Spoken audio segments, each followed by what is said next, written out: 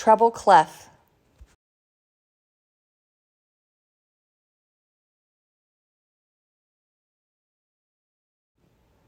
bass clef,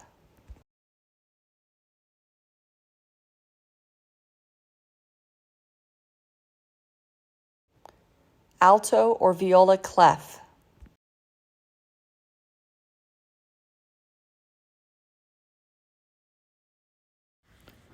the first arrow is pointing to a bar line.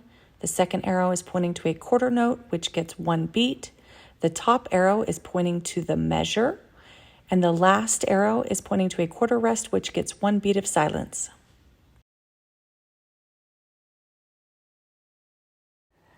The first arrow is pointing to a half note, which gets 2 beats. The second arrow is pointing to a half rest, which gets 2 beats of silence. And the last arrow is pointing to a repeat sign, which means to play the passage again.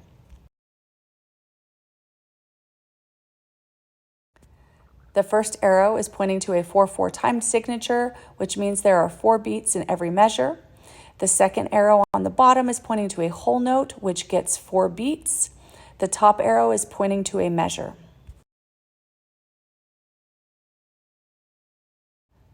The first arrow is pointing to the 5 lines, which make up the staff.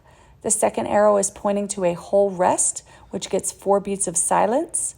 And the last arrow is pointing to a double bar line, which means the piece is over.